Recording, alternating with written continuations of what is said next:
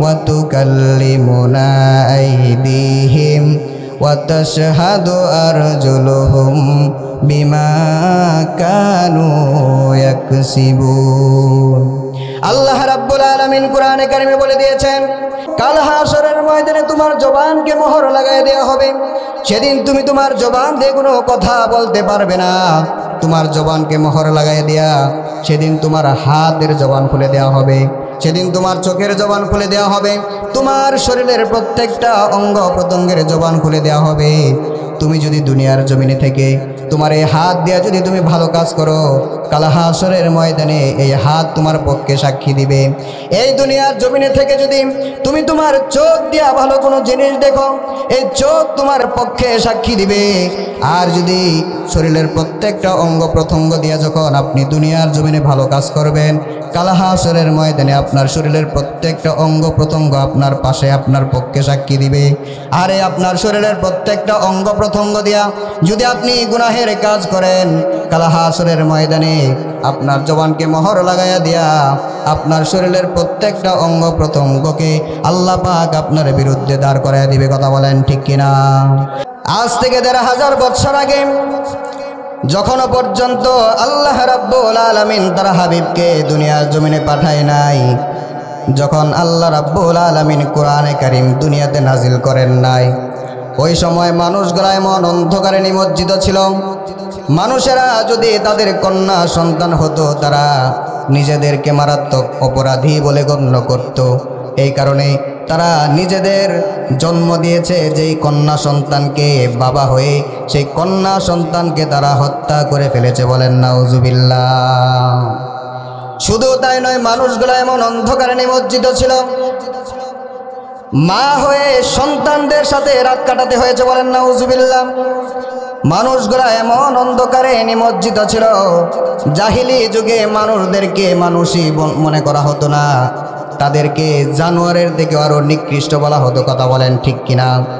যখন চতুর্পাশে এমন অন্ধকারে নিমজ্জিত, চতুর্পাশে যখন অন্যায় অপরাধ ছেয়ে গেছিল, ঠিক ওই মুহূর্তে আল্লাহ রাব্বুল আলামিন তার হাবিব জনাবে মুহাম্মদুর রাসূলুল্লাহ সাল্লাল্লাহু আলাইহি ওয়াসাল্লামকে পৃথিবীর জমিনে রহমত হিসেবে নাজিল করেছে। বলেন সুবহানাল্লাহ। ত্রিভুবনের প্রিয় মুহাম্মদ, ত্রিভুবনের প্রিয় মুহাম্মদ এলো রে দুনিয়ায়। রে সাগর আকাশ বাতাস দেখবি যদি আয়, আয় রে সাগর আকাশ বাতাস দেখবি যদি আয়। দেখ আমিনা মায়ের কোলে দোলে শিশু ইসলাম দোলে, দেখ আমিনা মায়ের কোলে দোলে শিশু ইসলাম দোলে। কচি মুখে শাহাদাতের, কচি মুখে শাহাদাতের বাণী সে শোনায়। আয় রে সাগর আকাশ বাতাস দেখবি যদি আয়। কথা বলেন ঠিক কিনা? প্রিয় মুসলমান ভাইরা আমার, ওই সময় আল্লাহ রাব্বুল আলামিন তার হাবিবকে রহমত হিসেবে দুনিয়ার জমিনে পাঠিয়ে দিলেন, এবং তার হাবিবের উপরে আল্লাহ রাব্বুল আলামিন একখানা কিতাব নাজিল করে দিলেন। আপনারা সকলে আওয়াজ করে বলেন তো দেখি, সেই কিতাবের নাম কি? জোরে আওয়াজ করে বলেন, সেই কিতাবের নাম কি? সেই কোরআনে কারীম আল্লাহ রাব্বুল আলামিন তার হাবিবের উপরে নাজিল করে দিয়ে বলেন, কিতাবুন আনজালনাহু ইলাইকা লিতুখরিজান নাসা মিনাজ যুলুমাতি ইলান নূর। আল্লাহু আকবার বলেন। আল্লাহ রাব্বুল আলামিন বলেন, ওগো আমার হাবিব, আমি আপনার উপর একখানা কিতাব নাজিল করেছি, আর আপনার উপর এই কিতাব আমি আল্লাহ পাক এই কারণে নাজিল করেছি, আপনি যেন সেই মিনাজ্জুলুমাত অন্ধকার আচ্ছন্নে যে মানুষগুলা ডুবে আছে, সেই মানুষগুলাকে যেন আপনি আলোর দিকে নিয়ে আসতে পারেন। জোরে জোরে বলেন সুবহানাল্লাহ। প্রিয় মুসলমান ভাইরা আমার, সকলে আওয়াজ করে বলেন তো দেখি, আল্লাহ পাক এখানে বলেছেন, ওগো আমার হাবিব, আপনি সেই মানুষগুলাকে আপনি আলোর দিকে নিয়ে আসবেন অন্ধকার থেকে। বলেন তো দেখি, এখানে যে অন্ধকারের কথা বলা হয়েছে, এই অন্ধকার বুঝি রাতের অন্ধকার? কথা বলেন, এই অন্ধকার কি রাতের অন্ধকার? এই অন্ধকার হচ্ছে জুলুমের অন্ধকার, এই অন্ধকার হচ্ছে জেনার অন্ধকার, এই অন্ধকার হচ্ছে মদ, জুয়া, হত্যা, খুন খারাপি, যত ধরনের অন্যায় রয়েছে যা গোটা সমাজকে ধ্বংস করে দিয়েছে, সেই অন্ধকার। কথা বলেন ঠিক কিনা? আর এখানে যে আলোর কথা বলা হয়েছে, এই আলো তো সূর্যের আলো না, এই আলো তো ঘরের ভিতরে বাতি জ্বালিয়ে দিলে যে আলো হয় সে আলো না, এই আলো হচ্ছে সভ্যতার আলো। কথা বলেন ঠিক কিনা? এই আলো হচ্ছে ইমানের আলো, এই আলো হচ্ছে জান্নাতের আলো। আল্লাহ পাক বলে দিলেন, ওগো আমার হাবিব, আপনার উপর এই কিতাব আমি এই কারণেই নাজিল করেছি যেন আপনি এই অন্ধকার আচ্ছন্ন সমাজের মানুষগুলাকে কোরআনের আলোকে আলোকিত করে যেন আপনি সঠিক পথ দেখাতে পারেন। বলেন সুবহানাল্লাহ। প্রিয় মুসলমান ভাইরা আমার, আল্লাহর হাবিব সাল্লাল্লাহু আলাইহি ওয়াসাল্লাম তার উপর যখন কোরআনের এই বিধান কায়েম হলেন, আল্লাহর হাবিব সাল্লাল্লাহু আলাইহি ওয়াসাল্লাম কোরআনের আলোকে আলোকিত করে গোটা সমাজটাকে এমনভাবে আলোকিত করে দিয়েছিলেন যে মানুষগুলাকে মানুষ বলা হতো না, যে মানুষগুলাকে পশুর দিকেও নিকৃষ্ট বলা হতো, সে মানুষগুলার ব্যাপারে এবার আল্লাহর হাবিব বলেন, খয়রুল কুরুনি করনি। বলেন সুবহানাল্লাহ। আল্লাহর হাবিব বলেন, আমি নবীর যুগ হচ্ছে পৃথিবীর সর্বশ্রেষ্ঠ যুগ। বলেন সুবহানাল্লাহ। ভাবা যায়? চিন্তা করছেন বিষয়টা?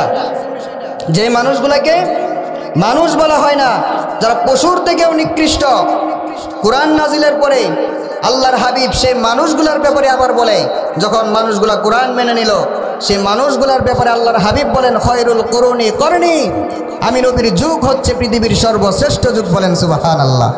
উদাহরণ দিলে এইভাবে দেওয়া যায় যে আল্লাহর হাবিব সেই অন্ধকারাচ্ছন্ন সমাজের মানুষগুলাকে এমনভাবে আলোকিত করেছেন যেন এক একটা কয়লার টুকরার সমতুল্য মানুষকে আল্লাহর হাবিব কোরআনের আলোকে আলোকিত করে হীরার টুকরায় রূপান্তর করেছে। কথা বলেন ঠিক কিনা?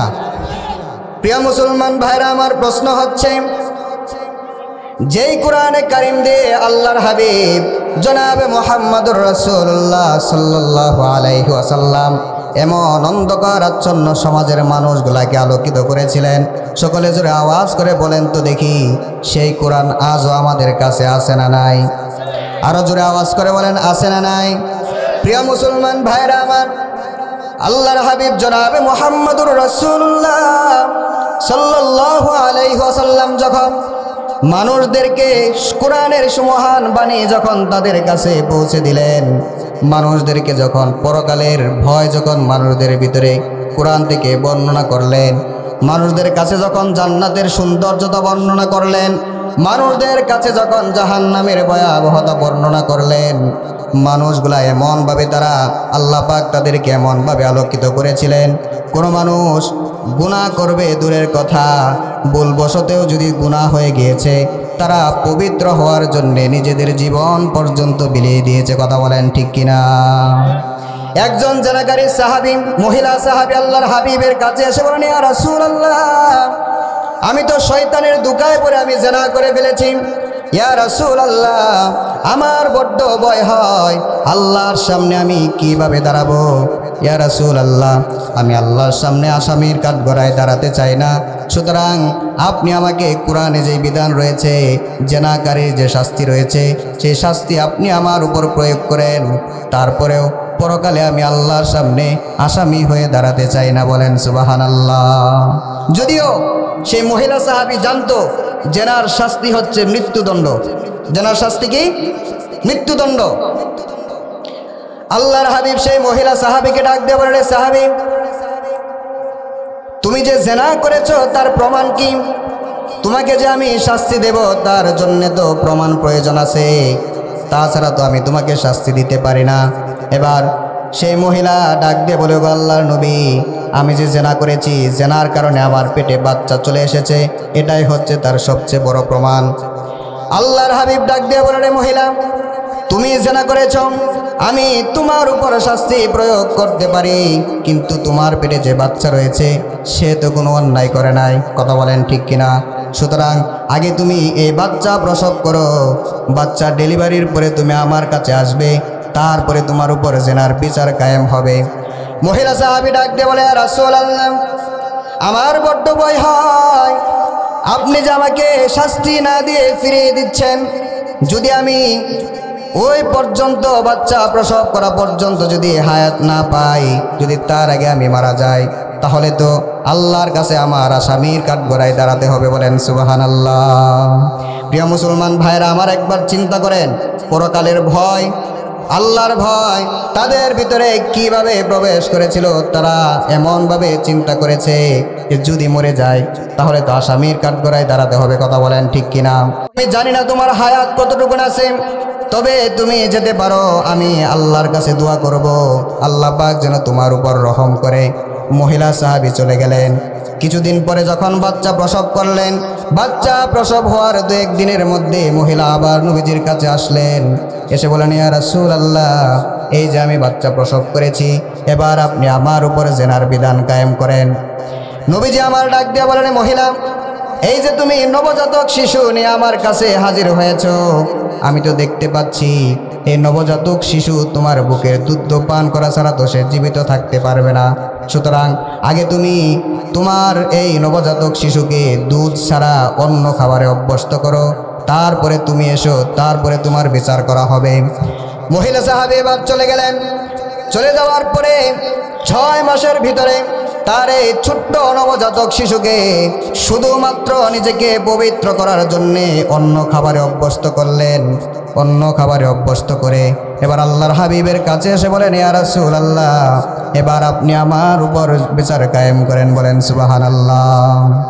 আল্লাহর হাবিব বাচ্চাটাকে হাতের মধ্যে নিলেন এবং সাহাবায়ে কেরামদেরকে ডাক দিয়ে বলে, রে সাহাবীরা, তোমাদের মধ্যে কে আছো এই বাচ্চার দায়িত্ব নেবে? যে ব্যক্তি এই বাচ্চার ভরণ পোষণের দায়িত্ব নেবে, লালন পালনের দায়িত্ব নেবে, আমি আল্লাহর হাবিব ঘোষণা দিলাম, জান্নাতের ভিতরে ওই সাহাবী আর আমি নবী এই 2 আঙ্গুলের মতো পাশাপাশি থাকবো। বলেন সুবহানাল্লাহ। সাহাবীদের হিরিক পড়ে গেল, কে সেই বাচ্চা গ্রহণ করবে? নবী করিম সাল্লাল্লাহু আলাইহি ওয়াসাল্লাম একজন সাহাবীর হাতে বাচ্চাটাকে তুলে দিলেন। তুলে দেওয়ার পরে এবার সাহাবায়ে কেরামদেরকে ডাক দিয়ে বললেন, রে সাহাবীরা, তোমরা যাও, এবার ওই মহিলাকে তোমরা বুক পর্যন্ত মাটির নিচে পুঁতে ফেলো, তারপরে তাকে তোমরা রজম করে ফেলো, তাকে তোমরা হত্যা করে ফেলো। বলেন সুবহানাল্লাহ। সাহাবীরা চলে গেলেন, মহিলাকে নিয়ে পাথর নিক্ষেপ করে হত্যা করে ফেললেন। একজন সাহাবী এমন জোরে একটা পাথর নিক্ষেপ করেছে, মহিলার শরীর থেকে 1 ফোঁটা রক্ত ফিনকি দিয়ে বের হয়ে হযরত আলী কাররামাল্লাহু ওয়াজহার শরীরে এসে লাগলেন। আলী কাররামাল্লাহু ওয়াজহা তিনি একটু নাক ছিটকে বললেন, ছি, একজন জেনাকারী নাপাক মহিলার রক্ত আমার গায়ে এসে লেগেছে। সাথে সাথে আল্লাহর হাবিব তাকে একটা ধমক দিয়ে বললেন, রে আলী, তুমি কাকে পাপী বলছো? তুমি কাকে তুমি জেনাকার বলছো? তুমি কি জানো আমার এই সাহাবী, মহিলা সাহাবী অপরাধ করার পরে আল্লাহর কাছে এত বেশি তওবা করেছে, এত বেশি কান্নাকাটি করেছে, তার তওবাকে যদি 70 জন পাপীর ভিতরে বন্টন করে দেওয়া হয়, আমার আল্লাহ পাক সেই 70 জন পাপীকেও ক্ষমা করে দিবে। বলেন সুবহানাল্লাহ। প্রিয় মুসলমান ভাইরা আমার, যে বিষয়টা এখান থেকে আপনাদেরকে বোঝাবার চেষ্টা করছিলাম, বলেন তো দেখি, এই যে জিনা করার পরে, গুনাহ করার পরে নিজেকে মৃত্যুর মুখে ঠেলে দিয়েছে, এটা কার ভয়ে? জোরে আওয়াজ করে বলেন, এটা কার ভয়ে?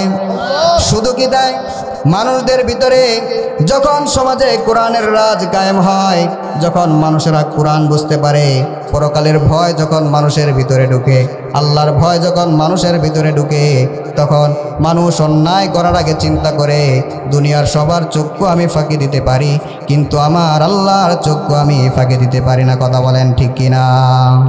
উমর রাদিয়াল্লাহু তাআলা আনহুর যুগে তিনি এই কোরআন দিয়ে রাষ্ট্র পরিচালনা করতেন, আর তিনি প্রতি রাত্রে ছদ্মবেশে রাস্তার বাড়ির পাশে বসে ঘুরতেন। সুবহানাল্লাহ পড়েন। তিনি দেখতেন কোনো মানুষ কোনো অসুস্থতায় আছে কিনা, কোনো মানুষ কোনো অভাবে আছে কিনা, কোনো মানুষ কোনো কষ্টে আছে কিনা, সেটা দেখতেন। বলেন তো দেখি, এমন নেতা আমাদের সমাজে মনে হয় আছে নাকি? একটু জোরে আওয়াজ করে বলেন না, কথা বুঝেন নাই আপনারা আমার?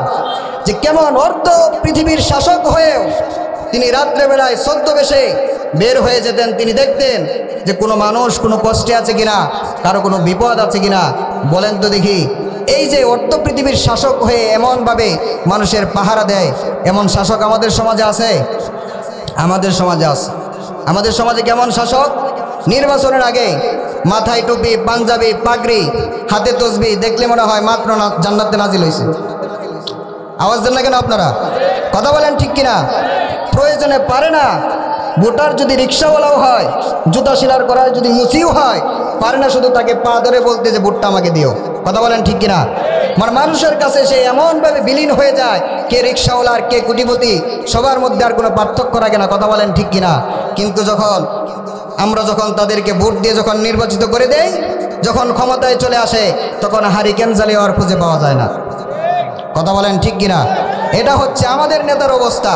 কিন্তু সেই নেতার ভিতরে যদি কোরআনের জ্ঞান থাকে, সেই নেতার ভিতরে যদি ইসলামের জ্ঞান থাকে, সে যদি কোরআন দিয়ে রাষ্ট্র পরিচালনা করে, তার ভিতরে ক্ষমতার লোভ থাকবে না, তার ভিতরে ভয় থাকবে একমাত্র একজনের। জোরে আওয়াজ করে বলেন, তিনি কে? উমর ফারুক রাদিয়াল্লাহু তাআলা আনহু তিনি ছদ্মবেশে বের হয়ে গেলেন। তিনি বাহিরে গিয়ে দেখতেন কে কিভাবে কষ্টে আছে, মানুষদেরকে দেখতেন। তিনি প্রতিদিনের ন্যায় সেই দিনও আবার বের হয়ে গেলেন।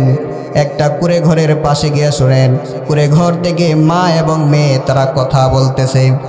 মা তার মেয়েকে ডাক দিয়ে বলছে, রে মেয়ে, আমরা তো দুধের ব্যবসা করি, দেখো আজকে দুধের পরিমাণটা একটু কম হয়ে গিয়েছে, সুতরাং তুমি দুধের মধ্যে একটু পানি মিশিয়ে দাও, তাহলে দুধের পরিমাণটা একটু বেশি হয়ে যাবে।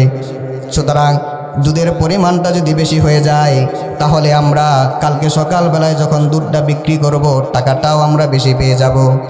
কিন্তু মেয়েটা দুধে পানি মিশায় না। তার মা ডাক দিয়া বলে, রে মেয়ে, তুমি কি এলাকাবাসীকে ভয় পাচ্ছ? তুমি কি ভাবছো এই যে আমি দুধে পানি মিশাবো এলাকাবাসী দেখে ফেলবে, এই ভয়ে কি তুমি দুধে পানি মিশাচ্ছ না? মেয়েটার তারপরেও দুধে পানি মিশায় না। মেয়েটার মা ডাক দিয়ে বলে, তুমি দুধে পানি মিশাচ্ছ না, তুমি কি উমরকে ভয় পাচ্ছ? উমরের গুপ্ত বাহিনীকে ভয় পাচ্ছ? তুমি কি ভাবতেছ উমরের গুপ্ত বাহিনী দেখে ফেলবে?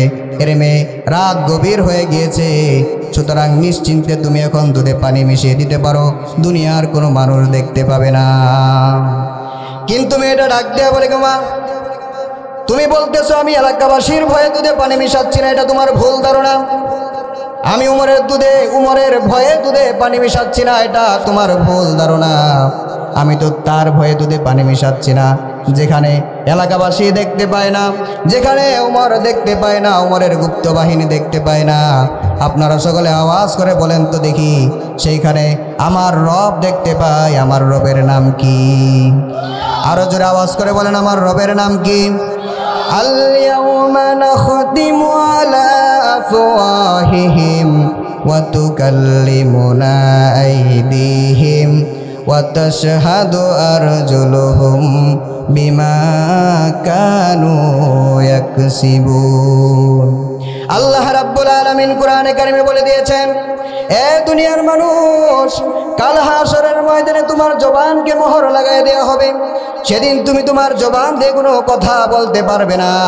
তোমার জবানকে মোহর লাগায় দেয়া, সেদিন তোমার হাতের জবান খুলে দেওয়া হবে, সেদিন তোমার চোখের জবান খুলে দেওয়া হবে, তোমার শরীরের প্রত্যেকটা অঙ্গ প্রত্যঙ্গের জবান খুলে দেওয়া হবে। তুমি যদি দুনিয়ার জমিনে থেকে তোমার এই হাত দিয়া যদি তুমি ভালো কাজ করো, কাল হাশরের ময়দানে এই হাত তোমার পক্ষে সাক্ষী দিবে। এই দুনিয়ার জমিনে থেকে যদি তুমি তোমার চোখ দিয়া ভালো কোনো জিনিস দেখো, এই চোখ তোমার পক্ষে সাক্ষী দিবে। আর যদি শরীরের প্রত্যেকটা অঙ্গ প্রত্যঙ্গ দিয়া যখন আপনি দুনিয়ার জমিনে ভালো কাজ করবেন, কাল হাশরের ময়দানে আপনার শরীরের প্রত্যেকটা অঙ্গ প্রত্যঙ্গ আপনার পাশে আপনার পক্ষে সাক্ষী দিবে। আর এই আপনার শরীরের প্রত্যেকটা অঙ্গ প্রত্যঙ্গ দিয়া যদি আপনি গুনাহের কাজ করেন, কাল হাশরের ময়দানে আপনার জবানকে মোহর লাগাইয়া দিয়া আপনার শরীরের প্রত্যেকটা অঙ্গ প্রত্যঙ্গকে আল্লাহ পাক আপনার বিরুদ্ধে দাঁড় করাইয়া দিবে। কথা বলেন ঠিক কিনা? প্রিয় মুসলমান ভাইরা আমার, এই কারণে এই কথাটা আমি সব সময় বলে থাকি, কোনো মানুষ যদি শুধু এতটুকুন চিন্তা করে, দুনিয়ার কোনো মানুষ হয়তো বা দেখবে না আমি কোনো অন্যায় করলে, অপরাধ করলে সরকার দেখবে না, সরকারের লোক দেখবে না, পুলিশ দেখবে না, আর্মি দেখবে না, এলাকাবাসী দেখবে না। বলেন তো দেখি, যেখানে পৃথিবীর কেউ না দেখতে পায়, যদি রাতের গভীর অন্ধকার হয়, সেখানে একজন দেখতে পায়, তিনি কে? আরো জোরে আওয়াজ করে বলেন, তিনি কে? প্রিয় মুসলমান ভাইরা আমার, মেয়েটা ডাকতে বলে আমি দুধে পানি মেশাতে পারবো না। উমর ফারুক রাদিয়াল্লাহু তাআলা আনহু পরের দিন সকালবেলায় মা এবং মেয়েকে ডেকে পাঠালেন। তাদেরকে ডাক দিয়ে বললেন, মাকে যখন ডাকলেন, মার গলা তো শুকিয়ে গিয়েছে, না জানি কালকে রাত্রে যে কথা বলছি এই কথা হয়তো বা শুনে ফেলেছে। কথা বলেন ঠিক কিনা? ভয়ে সে আতঙ্ক হয়ে গেছে, আজকে আমার বিপদ আছে। সরাসরি উমরের কাছে গিয়া বলে, জাহাপনা, কালকে যে অন্যায় করেছি বোধহয় আপনি শুনে ফেলেছেন, আপনার কাছে ক্ষমা চাই। উমর ফারুক রাদিয়াল্লাহু তাআলা আনহু বললেন, তোমার ভয় পাওয়ার কোনো কারণ নাই, তোমাকে শাস্তি দেওয়ার জন্য আমি ডাকি নাই। কালকে রাত্রে তুমি এবং তোমার মেয়ে যে কথোপকথন করছিলে সেটা আমি শুনছিলাম, কিন্তু তোমার মেয়ে যে ঈমানের পরিচয় দিয়েছে, যে সত্যতার পরিচয় দিয়েছে, যে একটা ঈমানের পরিচয় দিয়েছে, সৎ সাহসিকতার পরিচয় দিয়েছে, আমি তোমার মেয়ের ব্যবহারে মুগ্ধ হয়েছি। আমি তোমার মেয়েকে আমার ছেলের আমার পুত্রবধূ হিসেবে আমি পছন্দ করেছি। বলেন সুবহানাল্লাহ। প্রিয় মুসলমান ভাইরা আমার, এখান থেকে বোঝার যে বিষয়টা, বলেন তো দেখি, এই যে ভয় তাদের ভিতরে ঢুকেছে, এটা কি দুনিয়ার কোনো আইন সমাজে বাস্তবায়ন হওয়ার কারণে, নাকি আল্লাহর কোরআনের আইন বাস্তবায়ন হওয়ার কারণে? কথা বলেন, কি বাস্তবায়ন হওয়ার কারণে? সমাজে যখন কোরআনের আইন বাস্তবায়ন হবে, মানুষেরা যখন কোরআন থেকে পরকালের ভয়, জাহান্নামের ভয়াবহতা সম্পর্কে শুনবে, মানুষেরা যখন জান্নাতের সৌন্দর্যতার বর্ণনা শুনবে, মানুষেরা যখন কোরআনের বিধিবিধান যখন সমাজে কায়েম হবে, তখন আমার সমাজটাকেও আবার একটা সোনার সমাজে পরিণত করে যাবে। কথা বলেন ঠিক কিনা? প্রিয় মুসলমান ভাইরা আমার সমাজে জেনা রয়েছে। সরকার হয়তোবা চেষ্টা করছে সমাজ থেকে জেনা কিভাবে দূর করা যায়, কিন্তু কোনোভাবেই তো জেনা বন্ধ করা যাচ্ছে না। কথা বলেন ঠিক কিনা? কালকে এই জেলায়, পরশুদিন ওই জেলায়, প্রতিনিয়ত আমার গোটা বাংলাদেশে জেনা হচ্ছে, যেন আমার গোটা বাংলাদেশটা জেনার সাম্রাজ্যে পরিণত হয়েছে। কথা বলেন ঠিক কিনা? কিন্তু আল্লাহ রাব্বুল আলামিন কত সুন্দর জেনার বিরুদ্ধে বিধান দিয়ে দিয়েছেন। আল্লাহ রাব্বুল আলামিন বলেন, আয-যানিয়াতু ওয়াজ-যানি ফাজলিদু কুল্লা ওয়াহিদিম মিনহুমা মিআতা জালদা। আল্লাহ রাব্বুল আলামিন বলেন, যদি তোমরা জেনাকারী নারী পুরুষকে যদি তোমরা প্রমাণ সহকারে পেয়ে যাও, তাহলে তাদেরকে তোমরা 100 বেত্রাঘাত করো, যদি তারা অবিবাহিত হয়। আর সেই জেনাকারী নারী পুরুষ যদি বিবাহিত হয়, তাহলে তাদেরকে বুক পর্যন্ত গুঁতে ফেলো, তারপরে তাদেরকে পাথর নিক্ষেপ করে হত্যা করো। বলেন সুবহানাল্লাহ। এরপরে দেখেন চুরি, আমার সমাজে লক্ষ কোটি কোটি টাকা শুধুমাত্র একটা কলমের খোসা দিয়ে বিদেশে পাচার করে। কথা বলেন ঠিক কিনা? সেই চোরের বিরুদ্ধে আল্লাহ রাব্বুল আলামিন কোরআনে কারিমে বিধান দিয়ে দিয়েছেন। আল্লাহ রাব্বুল আলামিন বলেন, ওয়াস-সারিকু ওয়াস-সারিকাতু ফাকতাউ আইদিয়াহুমা জাযাআম বিমা কাসাবা নাকালাম মিনাল্লাহ। আল্লাহ রাব্বুল আলামিন বলেন, দুনিয়ার মানুষেরা, যদি তোমরা কোনো চোর এবং চোরনিকে ধরতে পারো, তাহলে তোমরা তাদের হাত কেটে দাও। আল্লাহু আকবার বলেন। এই বিধান কার? জোরে আওয়াজ করে বলেন, বিধান কার? এই বিধান তো বদনা চুরির জন্য না। কথা বলেন ঠিক কিনা? এই বিধান তো গ্রামের ছোটখাটো যে চোর রয়েছে ওই চোরের জন্য না। এই বিধান হচ্ছে ক্ষমতার জোরে, ক্ষমতার চেয়ারে বসে কলমের খোসা দিয়ে লক্ষ লক্ষ টাকা যারা চুরি করে তাদের জন্য। কথা বলেন ঠিক কিনা? প্রিয় মুসলমান ভাইরা আমার সমাজে ক্ষমতার জোরে অনেক মানুষ অন্যায়ভাবে মানুষ হত্যা করছে। কথা বলেন ঠিক কিনা? চাঁদা চেয়েছে, বলেছে আমি চাঁদা দেব না, কারণ বাংলাদেশে আমি ট্যাক্স দিয়ে বসবাস করি। কথা বলেন ঠিক কিনা?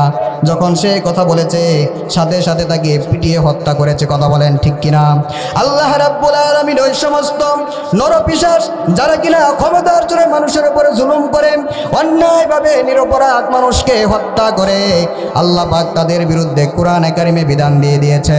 আল্লাহ রাব্বুল আলামিন বলেন, ওয়া কাতাবনা আলাইহিম ফিহা আন্নান নাফসা বিন নাফসি ওয়াল আইনা বিল আইনি ওয়াল আনফা বিল আনফি ওয়াল উযুনা বিল উযুনি ওয়াস সিন্না বিস সিন্নি ওয়াল জুরুহা কিসাস।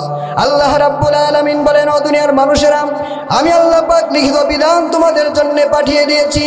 আন্নান নাফসা বিন নাফসি, অন্যায়ভাবে কোনো মানুষ যদি কোনো মানুষকে হত্যা করে, আমি আল্লাহ পাক বিধান দিয়ে দিলাম তোমরাও তাদেরকে হত্যা করে ফেলো। বলেন আল্লাহু আকবার। কোনো মানুষ যদি কোনো মানুষের চোখ কানা করে দেয়, আমি আল্লাহর বিধান হচ্ছে তার চোখ তোমরা কানা করে দাও। অন্যায়ভাবে কোনো মানুষ যদি কোনো মানুষের হাত ভেঙে দেয়, আল্লাহ পাক বলে দিলেন তোমরাও তার হাত ভেঙে দাও। এক কথায় যতটুকুন আঘাত যে কাউকে অন্যায়ভাবে করবে, ওয়াল জুরুহা কিসাস, ততটুকুন আঘাত তোমরা ফিরে দাও। বলেন তো দেখি, এটা কি আল্লাহ পাক জুলুম করেছে নাকি ইনসাফ? কথা বলেন। যারা অন্যায়ভাবে মানুষকে হত্যা করছে, প্রতিনিয়ত যদি একটা হত্যাকারীকে এরকমভাবে বিচার করে হয়, তাহলে হাজারো যারা এরকম দুঃসাহস করছে মানুষকে হত্যা করবে, সেই হত্যা কি বন্ধ হয়ে যাবে না? কথা বলেন। আল্লাহ রাব্বুল আলামিন এই কারণে মানুষের জানের নিরাপত্তার জন্যে, মানুষের মালের নিরাপত্তার জন্যে, নারীর সতীত্বের নিরাপত্তার জন্যে আল্লাহ পাক কোরআনে কারিমে কঠোরতা অবলম্বন করেছেন। আল্লাহ পাক বলে দিলেন, চুরির বিচারটা যখন তোমরা হাত কাটবে, জেনার বিচার যখন তাকে তোমরা হত্যা করবে, হত্যাকারীর বিচার যখন তাকে তোমরা হত্যা করবে, এইগুলা গোপনে গোপনে হবে না, এই বিচারগুলা হতে হবে প্রকাশ্যে, যেখানে অনেকগুলা মুসলিম বসবাস করে। কথা বলেন ঠিক কিনা?